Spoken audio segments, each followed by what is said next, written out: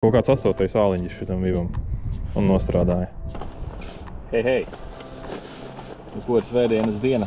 Es esmu izkratījies uz 3-4 stundiņām. Tepat uz tuvējo Madonas Rāciņu ezeru. Pulkstenis jau ir pusē 12. Gandrīz pusdienlaiks, laiciņš ir šāds.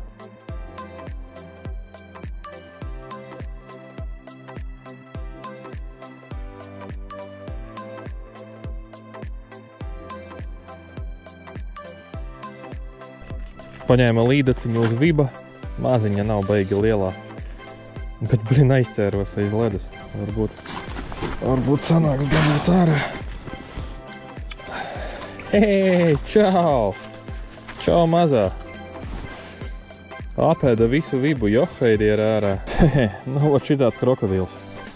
Baigo jau varianti nav, biki, viņi te pārsiņoja man, kur arī vēl tagad asintiņa nedaudz tek. Bet nekas traks, tur pavisam drusku aizķēra vienu žaunas to pusloku, bet es domāju, ka izdzīvos. Nekas tur nebūs, vēl galīgi jauna viņa. Jauna un šprauna un ļoti ātri tika vaļā ar vienu āķi tikai bija drusku ieķērusies. Nu, davai mazā. Davai. Hop. Katrā gadījumā tur viņai izdzīvot ir lielākas iespējas nekā uz manas pannas. Nu, žalnu vāki vaļā, viss vaļā. Aiziet.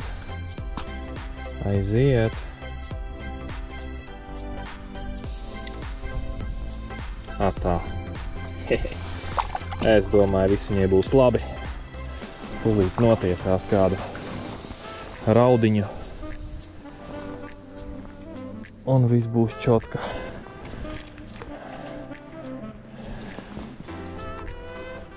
Nu ko, nostrādāja.